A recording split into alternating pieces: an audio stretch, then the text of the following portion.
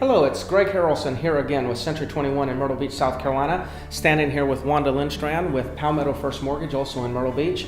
Wanda, I want to ask you a question that we get so often when we're dealing with purchasers, people who are thinking about buying a property in Myrtle Beach. They're really asking us to tell them, what their closing costs are if they were actually to buy a property. So can you just share with those that might be viewing this video, if somebody's purchasing a property, what are the closing costs? Okay, absolutely.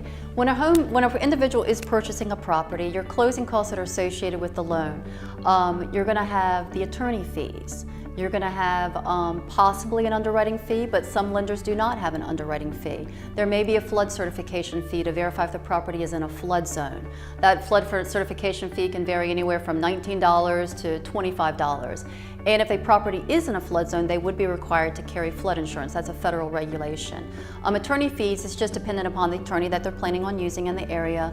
Whoever they choose to use, we can request the attorney fees and then we'll input that information for them. But approximately anywhere from all of the attorney fees can run anywhere from maybe $1,200 up to $1,400. It's just dependent upon the actual loan amount and the purchase price of the property.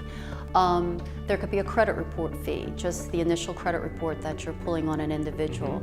And then of course you're going to have, so your estimated closing costs are really just your attorney fees. We don't have any fees except for a credit report. And then flood certification and possibly an underwriting fee, but there's a lot of lenders out there that are not charging underwriting fees. So it just depends on who the lender is that you're utilizing. Then of course you're going to have your prepaid items, which is your homeowner's insurance, your property taxes, the amount of interest you pay on your loan per day based on the interest rate and the loan amount, and then also to set up your escrow account for your taxes and insurance. So that's going to be dependent upon what your quote for homeowner's insurance comes in at. It's going to be dependent upon the actual property you choose as to what your true property taxes will be. And then the interim interest will be just based on the rate that we lock your loan at. And then of course to set up the escrow account will be dependent upon the actual month that we're closing your transaction in. Taxes in our area come out in October, they're due and payable in December. So depending on the month we close, that'll be dependent upon how many months of property taxes will be collected at the closing table, and that can increase the amount of prepaid items that you're going to have at the closing table.